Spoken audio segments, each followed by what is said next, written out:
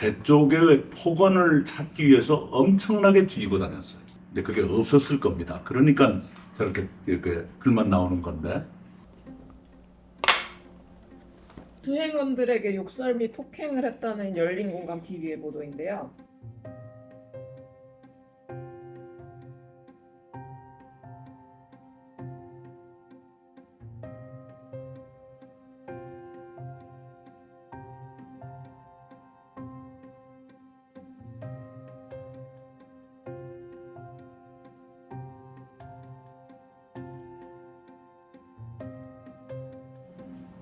발로 차면서 쌍욕을 했다. 지금 이거 제가 몸이 굉장히 게으른 사람이에요. 시간이 좀 늦었다. 저게 근거가 있었다면 삭제했을 리가 없겠죠. 참 희한하네요. 그리고 저분이 뭐 이상한 일로 또 출마도 못한 바로 그분 아닌가요? 전혀 기억이 나지 않고 상상할 수 없는 일입니다. 경선 때를 돌이켜보면요. 자기 측 후보의 쌍욕 사건이 굉장히 무거운 짐이었겠죠. 제 쪽에 폭언을 찾기 위해서 엄청나게 뒤지고 다녔어요. 무슨 녹음된 것이 있는가를 찾고 다녔다는 소문도 들었어요. 근데 그게 없었을 겁니다. 그러니까 저렇게 이렇게 글만 나오는 건데. 또 하나는 전과 사실이 저한테 없는가, 그것도 열심히 찾았어요. 왜? 자기네 측의 큰 약점이었기 때문에 그걸 물타기 위해서요. 그랬을 거예요. 네. 그 당시에 그런 얘기. 네, 그랬었습니다. 그 벌금 100만 원 이하거나 이런 것은 전과로 인정을 네. 했거든요. 선거 홍보에서. 제가 선거법 위반으로 1심에서 벌금 50만 원 받은 것, 그것도 전과 아니냐 이렇게 추궁도 받았고요. 그 다음에 병역법 위반 3만 원짜리가 있었어요. 벌금. 그건 무슨 얘기냐 그러면 제가 대학생 때 주민등록을 저 고향에 두고 대학 때가 아니라 제대 후에 제대 후에. 제대 후에 사설 독서실에서 이렇게 살면서 주민등록을 옮기지 않고 고향에 두었었거든요. 그런데 예비군 소집이 나온 줄을 몰랐어요. 그래서 못 간 것이 그 3만 원짜리입니다. 그것이 병역법 위반이에요. 그때 그런 사람들이 좀 네, 있어요. 네. 취직 때문에 왔다 갔다 하면서 그걸 놓쳐요. 예, 소집 일시를. 예. 그것도 전과로 기록은 될 거고. 어디 속에 있어요. 네. 그런데 이제 선거 공보에는 나오질 않습니다. 그것까지 전북해가지고 그 후보 토론회 때 물어보기도 그러더라고요. 그건 말하자면 자기네 쪽의 전과 사실에 물타고 싶었던 것 같아요. 폭언과 전과를 엄청나게 열심히 했었어요. 그러다가 이런 무리한 얘기가 나왔던 것 같아요. 네, 다음은 이제 친일파설에 대해서입니다.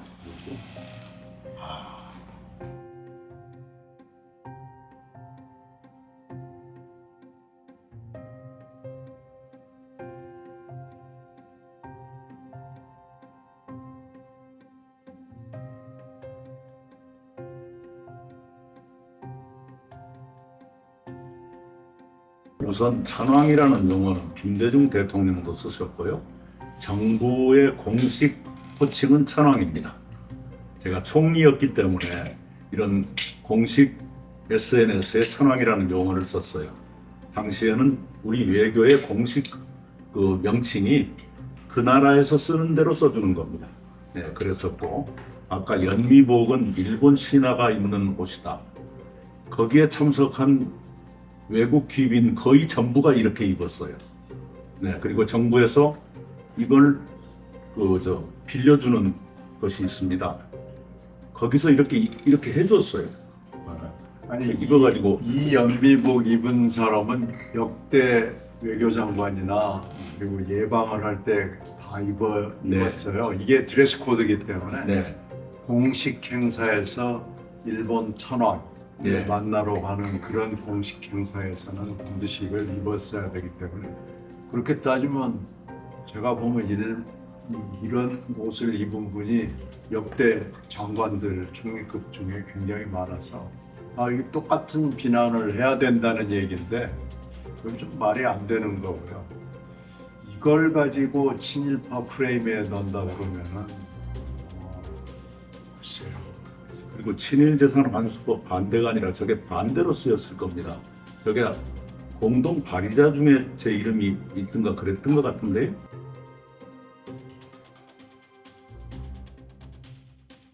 그 다음에 친일파 묘지 이장, 그 묘지 이장 법안이 발의돼 있었는데 그때 좀 원칙적으로 찬성한다. 그러나 사안별로 엄정한 확인은 분명히 확인이 있어야 되겠다. 그런 입장이었어요. 그리고 그 당시에 이거 법안의 소관 상임위원회에서 일하시는 의원님들 몇 분께 여쭈어봤는데 누구는 반대하고 누구는 찬성하더라고요. 근데 이걸 추진하시는 분들이 국회의원 당 대표실에 오셨는데 제가 그 말씀을 드렸어요. 어떤 의원님들은 반대한 것 같습니다. 이 말씀을 했어요. 근데 그 다음에 제가 그냥 반대한 것을 이렇게 됐었어요. 그건 아닙니다. 근데 다음에도 어떻게 보면 이낙연이나 이재명이 되면 아무것도 안 이낙연이 걔도 이낙연이는 조국이를 친 사람이야. 이낙연이 나한테 고맙다고 연락해 준 사람이야. 고맙다고 연락이 왔다고요? 그럼 조국 사태 끝나고 나서요? 조국 사태 딱 터지고 얼마 있다가 저분이 나중에 저게 사실과 다른 거다라는 개인 해명문을 이 유튜브 방송에 보냈을 겁니다. 그걸 보시면 알아요. 저거 사실과 다르다고 본인이 해명했습니다. 무슨 일이 있었느냐 그러면 2020년 총선거 때 제가 종로에서 출마를 했었는데 이 국회의원 이 후보자들은 선거구 안에 여러 군데를 다니면서 인사도 하고 악수를 하지 않습니까? 그런데 그때 어느 곳인가 갔는데 저분이 한 6, 7명하고 같이 있었어요. 누가 소개를 하더라고요. 누구라고 그래서. 저는 모르셨나? 그 전에 몰랐죠. 누구라고 그래서 조국 친 사람이군요. 내가 그랬어요. 그분한테. 그랬더니 내가 조국 친 사람이라고 말했다는 거예요. 내가 뭔데 선거하러 다니면서 내가 조국 쳤습니다. 그랬을 리가 없잖아요. 그리고 실제로 조국 장관이 물러난 것은 그보다 한참 뒤입니다. 그렇죠. 예. 시기적으로 안 한참 맞아요. 뒤입니다. 예.